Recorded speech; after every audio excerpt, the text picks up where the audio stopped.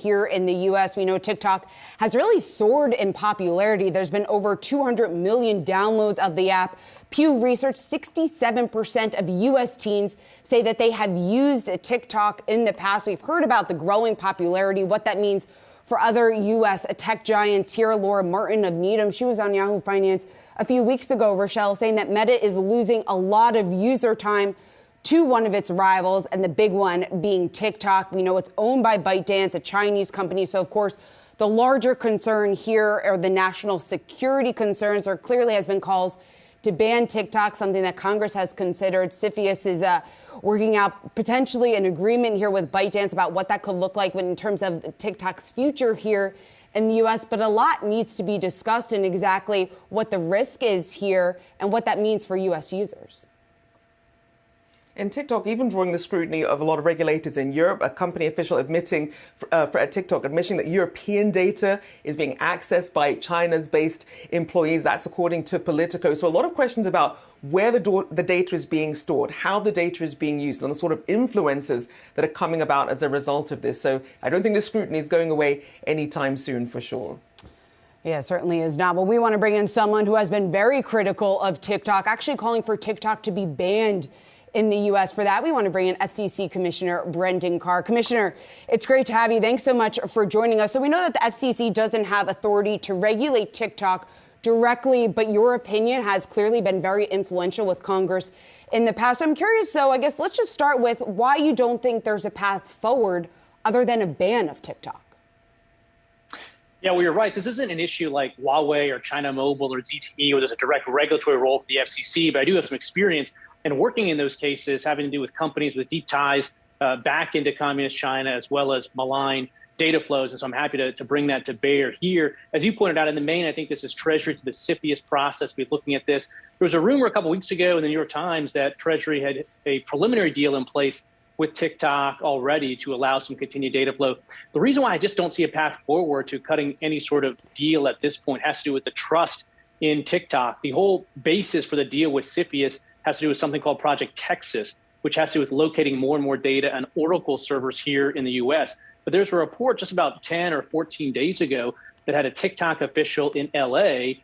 Meeting outside of business hours, off-site with another TikTok employee, asking very unusual, detailed questions about the location and other details of those Oracle servers. Similarly, there was leaked internal communications that had a TikTok official in D.C. saying that at the end of the day, once this Project Texas is stood up, it remains to be seen if product and engineering, meaning Beijing, can still get access, because at the end of the day, these are technology tools they built in China. So if TikTok officials aren't sure that a CFIUS deal can protect America's national security, then I think we should believe them. And Commissioner, we actually asked one of our guests last week, Michael Wolff. He's the CEO and founder of Activate Consulting. He was on sharing his predictions for the tech sector at large in 2023. But we specifically asked him about a TikTok ban. I want to play what he said and then get your reaction to this. TikTok is a disruptive force, not just in social media, but across all technology and media. Given the popularity of this, it's a huge mistake for the government to try to regulate it. What ends up happening is when you don't allow people to have a legitimate reason to access something in technology and media, they find an illicit way of doing it. So it'll be a huge mistake, and it's hard to enforce. Commissioner, what's your reaction to that? Well, I agree that it's immensely popular. I mean, millions and millions of kids are on this application. At the same time, it's not a direct analogy, but when we dealt with Huawei and ZTE, those were immensely popular products in the enterprise business market. But at the end of the day, we've got to move forward based on national security. And I think the tide is moving out on TikTok at this point, whether it's action through Congress, action through CFIUS. I think there's something that we have to do here. And I think that's the direction that we're largely heading. I mean, look, it is still to be determined exactly what CFIUS does. But there's other alternatives out there as well. There's other short form video applications that exist. So if people want an outlet for these highly popular dance videos, there's still a way to do that. But just we can do it in a way that this data isn't flowing directly back to Beijing, which also, again, is feeding their AI, feeding their algorithms, training them, improving them. And I think that's a threat to us as well. Now, obviously, if you're the Play Store or you're the Apple App Store and you're wondering, what does this mean for us? How on earth do you incentivize these companies to remove TikTok from their platforms? Well, I wish they would. I wrote a letter back in June or July to Apple and Google saying, put the national security concerns to the side. I'm not asking you to make that decision, Apple or Google, but you do have rules in place that say if there's nefarious data flows or data is being used for undisclosed purposes, we kick out apps out of the App Store. I think that's exactly what's been happening here. In fact, there's a bipartisan group in Congress, a Democrat and Republican, just sent a letter to Google and Apple within the last couple of days, making basically that an exact point that you hold these app stores out as safe places to get applications. But given the tracking and other undisclosed conduct that's happening with the TikTok app, they suggested, I read their letter at least, as suggesting that TikTok should reconsider, or Apple and Google should reconsider having TikTok in their app stores. And what about the argument that we're not yet clear on what, if anything, China or some of the Chinese workers are actually doing with this data? How do you overcome that argument in trying to get some of these companies to get this off their app store?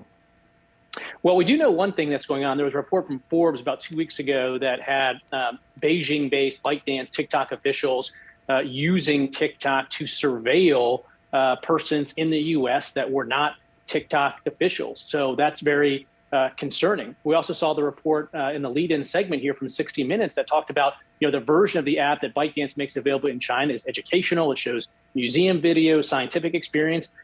In the U.S., TikTok is showing to 10-year-old girls blackout challenge videos in which they've been encouraged to suffocate themselves, and in some cases have died as a result of that. So I think that's deeply concerning in terms of both the data flowing back to China, the surveillance opportunities, as well as the foreign influence campaign from the content that's being sent back to U.S. users.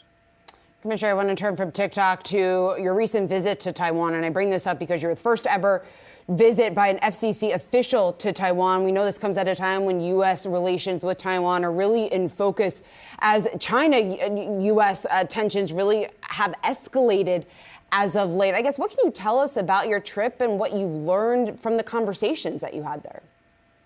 Well, that was really important to visit Taiwan, coming on the heels of the Communist Party confab just a few weeks ago, where Xi and others are increasing the saber rattling when it comes to Taiwan. And I think it's important for all of us, and I'm a very small-time government official, but to show that we are deepening our partnership with our ally in Taiwan, because in my view, a free, democratic Taiwan is vital to U.S. economic interests and to our security interests. Again, if you step back, 90% of all advanced semiconductor chips are made right there on that island in Taiwan, and there's no replacement for that at any point in the foreseeable future. So our security depends on a free, strong, democratic Taiwan, and so I think we need to show that. Also, I was there meeting with my counterparts focused on cybersecurity and network resiliency. It's no secret that after Speaker Pelosi's visit, there was an uptick in malign cyber activity. So I think it's important that we continue to collaborate with our counterparts in Taiwan as they defend themselves from those types of cyber intrusions. And Commissioner, before we let you go, I have to ask you about what your thoughts are with Twitter and Elon Musk. Certainly a number of changes that have been announced over the last week. One of them, Elon Musk saying that he plans to form a content moderation council for Twitter. What's your perspective just on what we've heard from Musk and what you think Twitter is going to look like under Musk?